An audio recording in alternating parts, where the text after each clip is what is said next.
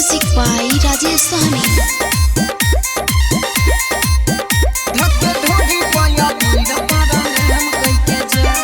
होलिया में आइल चाहोले के पीछे कहानी ना से खातिर दे बड़ू हो हमर साया सहारी। होलिया में आइल चाहोले के पीछे कहानी ना से खातिर दे बड़ू हो हमर साया सहारी। आइल चाहोता एगो काम करके जा धोके ढोडी पयो वीर बड़ा नाम करके जा। एहो खैले हमर पुआ या राम कइके जा धके ढोढ़ी पया वीर बड़ा नाम कइके जा धके ढोढ़ी पया वीर बड़ा नाम कइके जा।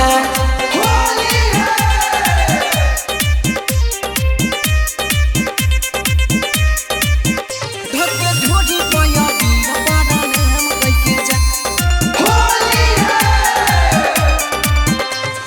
दुनु दे बता से लैता रहो आशीर्वाद हो लैता रहो आशीर्वाद हो।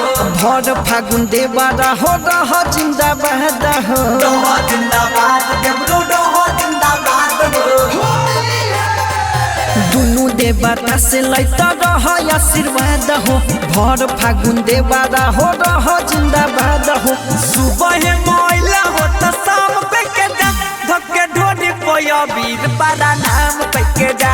एहो खैले हमर पुआ या राम कइके जा धक्के ढोढ़ी पया वीर बड़ा नाम कइके जा धक्के ढोढ़ी पया वीर बड़ा नाम कइके जा।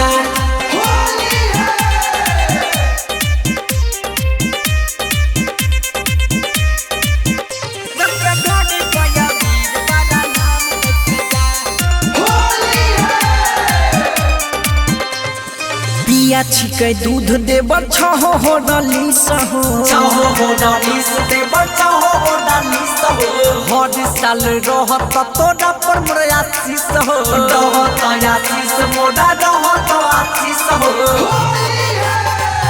पिया छिके दूध दे बचाओ हो डालिस हो हर साल रहत तोरा पर मोर आशीष हो।